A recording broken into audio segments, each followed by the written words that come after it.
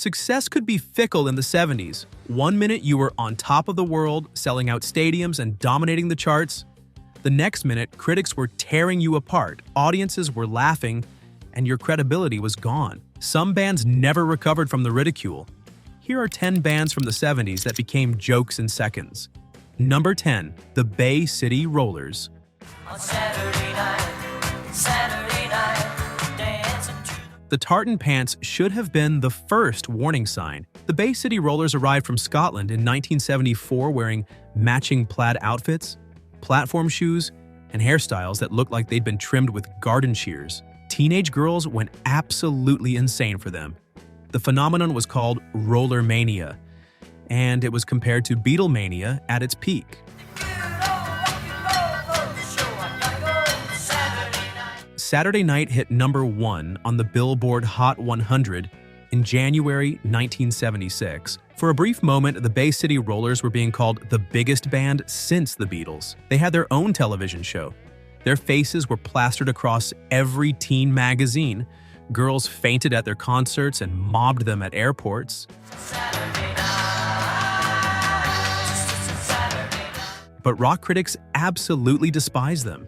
The music was dismissed as bubblegum nonsense, manufactured pop designed to separate teenage girls from their allowance money. Session musicians played on most of their records because the band members themselves weren't considered skilled enough. The matching outfits and choreographed dance moves made them look like a joke to anyone over the age of 16.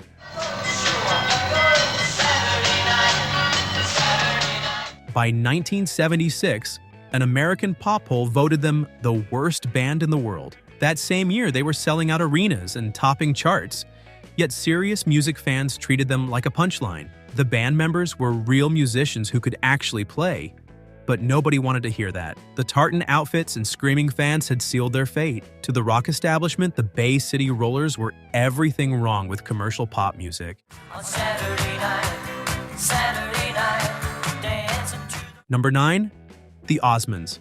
One bad apple don't spoil the whole bunch, girl. Clean-cut, wholesome, and grinning from ear to ear. The Osmonds represented everything that made rock purists groan. They came from Utah, they were Mormons, and they looked like they'd never had a rebellious thought in their lives. Their matching outfits and choreographed routines made them television-friendly, but Give it one more try before you give up on love.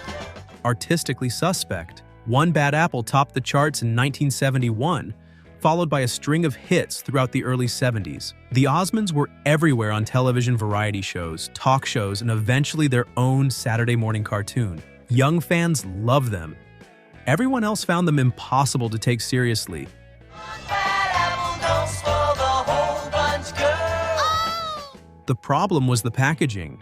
The wholesome image felt manufactured, even though the Osmonds actually had genuine vocal talent. They could harmonize beautifully, and some of them were accomplished musicians. But none of that mattered when they were being positioned as the squeaky clean alternative to actual rock and roll.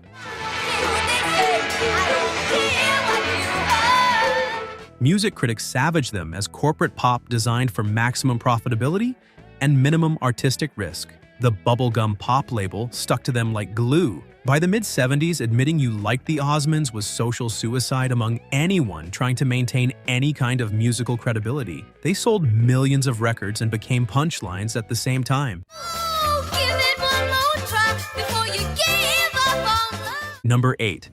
Electric Light Orchestra, ELO.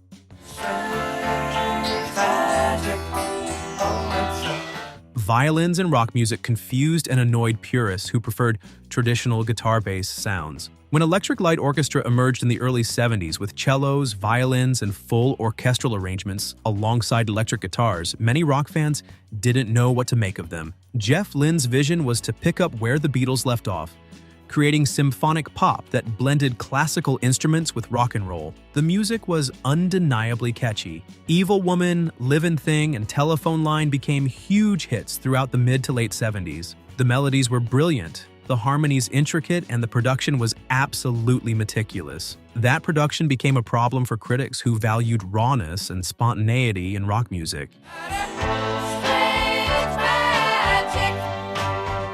ELO's sound was criticized as overproduced, too polished, too calculated. Every note felt planned and orchestrated, which was literally true given the string sections and elaborate arrangements. Rock purists wanted grit and mistakes, the sound of real people playing together in a room. ELO offered the opposite, layer upon layer of carefully arranged sound that felt more like a production than a performance. The elaborate stage shows only made things worse in the eyes of critics. Giant spaceships, light shows, and theatrical presentations. ELO embraced spectacle in ways that some found excessive. The sci-fi imagery and elaborate visual presentations seemed disconnected from rock and roll's rebellious roots. When ELO allied with the disco movement in 1979 with their Discovery album, and especially with the Xanadu duet with Olivia Newton-John in 1980, they alienated much of their rock base. The disco elements felt like a commercial sellout to fans who had appreciated their earlier symphonic rock. Critics piled on, dismissing them as another band chasing trends rather than staying true to artistic vision. John Lennon called them the sons of the Beatles, recognizing what Lynn was achieving. But many music journalists saw them as pompous and pretentious, trying too hard to be important while actually just making glossy commercial pop. The charge of being overproduced stuck to them throughout their career, even though that meticulous production was exactly what made their song so memorable. Number 7. Kansas.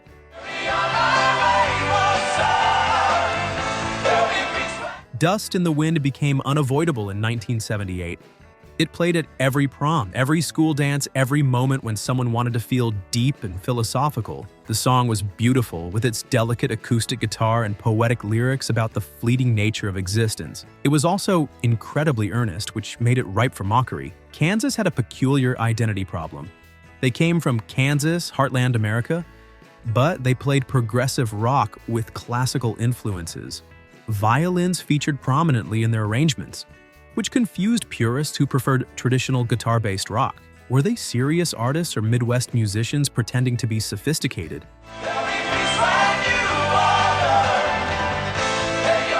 Critics couldn't decide what to make of them, so many just dismissed the whole package as confused and pretentious. The combination of progressive tendencies with heartland origins created something that satisfied neither camp completely. Art rock fans found them too commercial.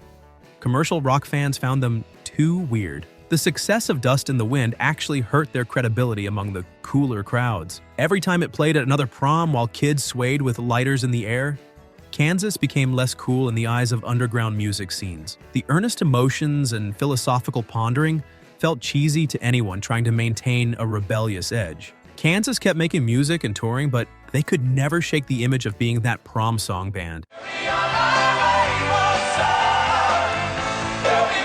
Number 6. REO Speedwagon.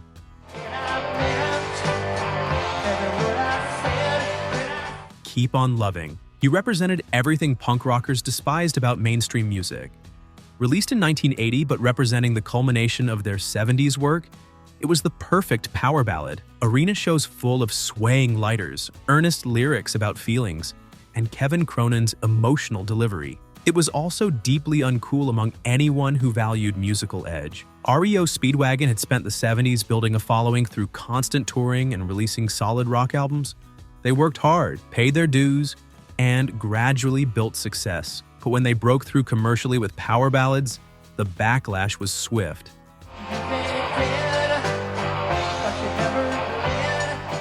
The heartland rock with sappy lyrics made them easy targets. Underground scenes saw them as representing corporate rock's emotional manipulation.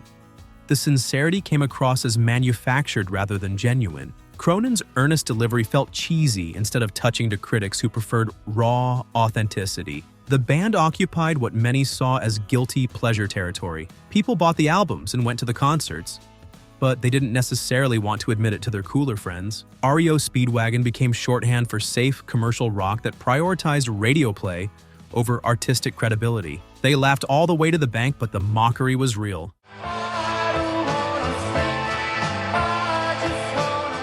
Number 5. Foreigner.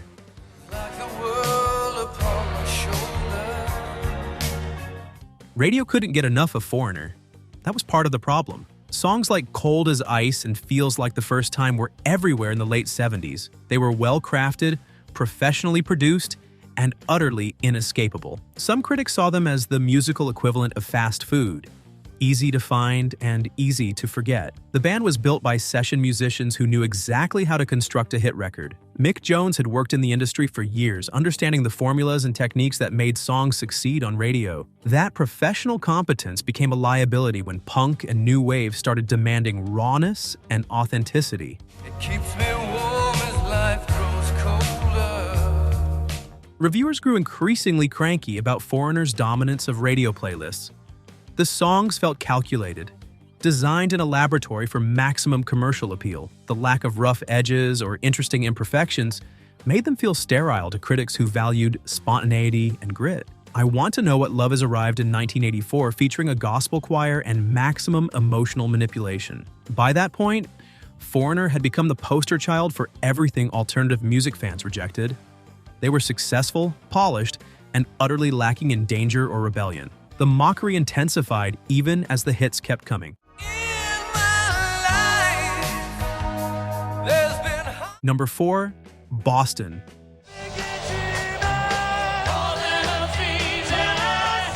More Than a Feeling was almost too perfect. Every note felt polished, every chorus huge and precisely engineered. Tom Scholz had literally built the sound in his basement studio, layering guitars and vocals with meticulous precision. The result was spectacular and sterile at the same time. Boston's self-titled debut album in 1976 became one of the fastest-selling debut albums in history. The songs were undeniably catchy. The production was flawless, and radio stations played them constantly. That perfection was exactly what bothered critics who liked their rock messier and more spontaneous. The sound was so clean it seemed machine-made. There was no sweat, no rawness, no sense that real people had struggled to create something in the moment. Everything felt calculated and controlled. When punk rock exploded with its DIY aesthetic and deliberate imperfection, Boston's pristine production seemed even more artificial by contrast. People mocked More Than a Feeling for sounding too polished, too engineered, too perfect. Scholz was an MIT graduate who approached music like an engineering problem to solve. That technical precision created something that sounded amazing, but felt cold to critics, who valued emotional rawness over sonic perfection. Boston sold millions of albums while being dismissed as corporate rock at its most soulless.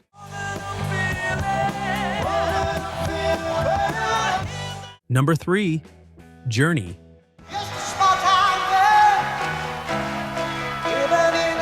Steve Perry's soaring vocals defined arena rock excess. Don't Stop Believin' wouldn't arrive until 1981, but Journey spent the late 70s perfecting the formula that would make them simultaneous superstars and punchlines. Power ballads, dramatic vocals, and songs built for massive stadium sing-alongs. The band had actually started as a progressive rock outfit with jazz influences. Then they hired Perry, simplified their sound, and started chasing radio hits. That commercial pivot disgusted purists who had appreciated their earlier experimental work. The transformation felt like a sellout, trading artistic integrity for mainstream success. Critics found Perry's vocals too dramatic, too theatrical, too much. The earnest emotions and soaring melodies felt manipulative rather than genuine. The songs were designed to hit emotional buttons, to make crowds wave lighters and sing along. That calculation showed, and it made Journey easy to mock. By the end of the 70s, Journey represented everything that punk and new wave were rebelling against. The big production, the emotional manipulation, the arena rock excess. Alternative music fans treated Journey as the enemy, the old guard that needed to be overthrown. The band kept selling out stadiums while being dismissed as hopelessly uncool. Number 2, Kiss. The makeup and explosions drew crowds but earned endless mockery from music snobs. Kiss turned rock concerts into spectacles with fire-breathing, blood-spitting, and Gene Simmons flying through the air on cables. The shows were incredible theater, complete with pyrotechnics that made arena rock look tame by comparison. The music itself was often treated as secondary to the visual circus. Paul Stanley and Gene Simmons had a vision from the start. They wanted to create something bigger than just a band. They designed characters for each member. The Demon, the Star Child, the Spaceman, the Catman. Each had a distinct persona and makeup design. The theatrical elements weren't an accident or a gimmick. They were fundamental to the concept. Girl, I was made for you. Critics argued that Kiss put more effort into their stage show than their songwriting. The theatrical elements felt like compensation for musical limitations. Rock purists wanted substance over style, raw talent over calculated spectacle. Kiss offered the opposite, and they made no apologies for it. The commercial empire they built only made critics angrier. Kiss merchandise was everywhere. Lunchboxes, action figures, comic books, pinball machines. Stanley and Simmons understood branding and marketing in ways that seemed cynical to those who believed rock should be about artistic purity. The band became a commercial juggernaut, which to many critics proved they were more business than art. Not me, but I'm still moving much too slow.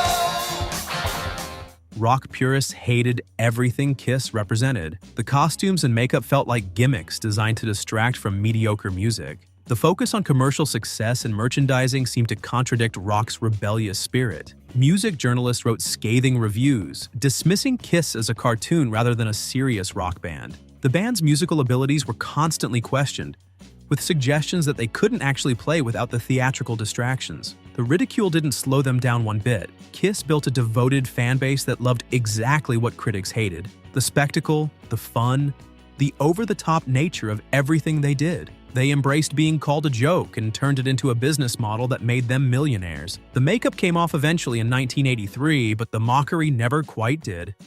Even without the paint, Kiss remained the band that serious music fans loved to ridicule. Number 1. Bee Gees.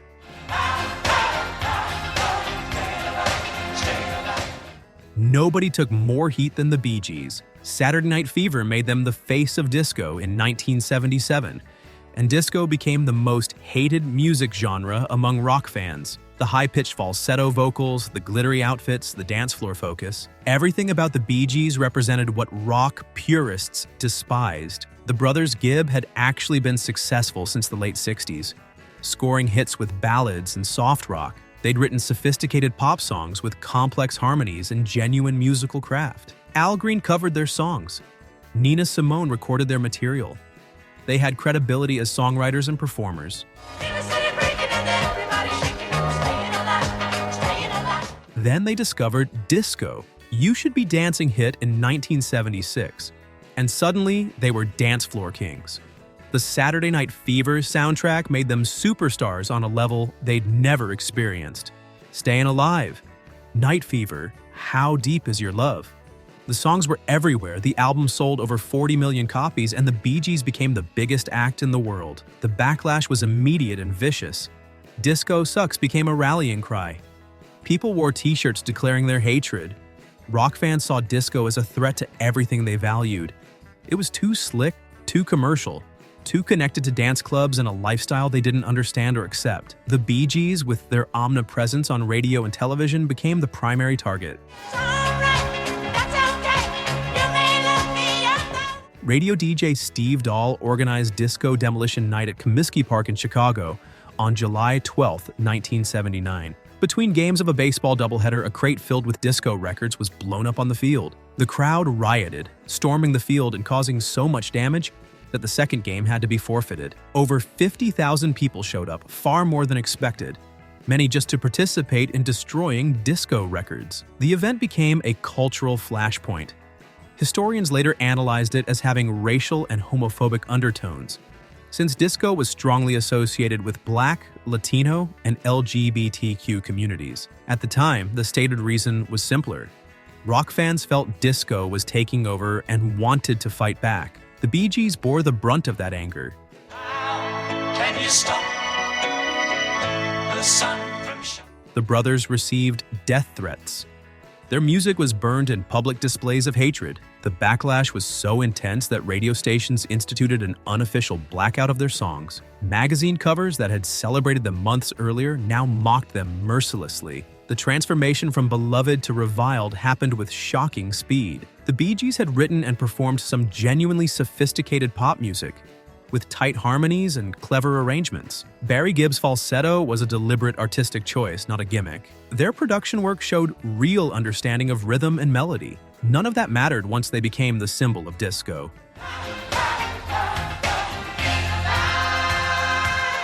The mockery continued even after disco faded from the charts. The falsetto vocals and tight pants became punchlines in comedy routines and television shows. Young people who hadn't lived through disco demolition night still knew the Bee Gees as a joke. The reference handed down through cultural memory. Barry, Robin, and Morris Gibb went from being one of the biggest acts in the world to being treated as a punchline almost overnight. They shifted to songwriting for other artists, finding success behind the scenes while their own performing careers suffered from the relentless ridicule. Barbra Streisand's Woman in Love was written by Barry and Robin Gibb. Dionne Warwick recorded their Heartbreaker. They proved they could still write hits, just not perform them under their own name without the baggage. The irony is that disco never actually died. It evolved into dance music, house music, and eventually dominated pop music in different forms. Dua Lipa and Daft Punk built careers on disco-influenced sounds. Modern producers study the production techniques that made Saturday Night Fever such a sonic achievement. But in 1979, the Bee Gees were the target of genuine hatred, their success transforming into mockery in seconds. These 10 bands shared a common experience. They achieved enormous commercial success, sold millions of records, filled arenas with devoted fans. Then critics, punk rockers, or changing musical trends turned them into punchlines. Some embraced it and kept going. Others tried to distance themselves from the work that made them famous. A few never fully recovered their credibility. Looking back now, the mockery often seems unfair.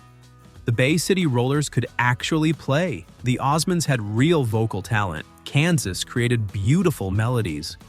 REO Speedwagon and Journey made songs that millions of people genuinely loved. The 70s were a decade of musical extremes. Progressive rock reached heights of ambition that sometimes toppled into pretension. Pop music became slicker and more commercial, which bred contempt from those who valued rawness. Disco brought dance floors and joy to millions, while inspiring genuine hatred from rock traditionalists. These bands became jokes not because they lacked talent or worked carelessly.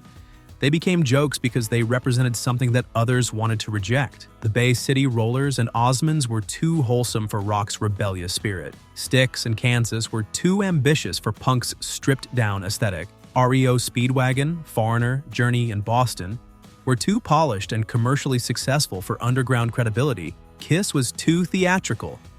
And the Bee Gees had the misfortune of becoming the symbol for a genre that rock fans wanted to destroy. The ridicule says as much about the mockers as the mocked. Musical snobbery has always been part of the culture, with each generation deciding what's acceptable and what deserves scorn. Yesterday's joke sometimes becomes tomorrow's classic. Some of these bands have found renewed appreciation in recent years, their music reassessed without the baggage of 70s cultural wars. But in their moment, the transformation from success to joke happened with brutal speed. The charts and the critics told very different stories. Millions of fans bought tickets and albums while music journalists sharpened their knives. These bands learned that in the 70s, commercial success and critical respect rarely arrived together. You could have one or the other, but rarely both. They kept making music anyway. Some changed direction, others doubled down on what made them successful. They toured, recorded, and continued despite the mockery. That persistence is worth remembering alongside the ridicule. It takes strength to continue when the cool kids are laughing. If you enjoyed this journey through the bands that went from heroes to punchlines, please like and subscribe to our channel for more stories about the music that defined our generation.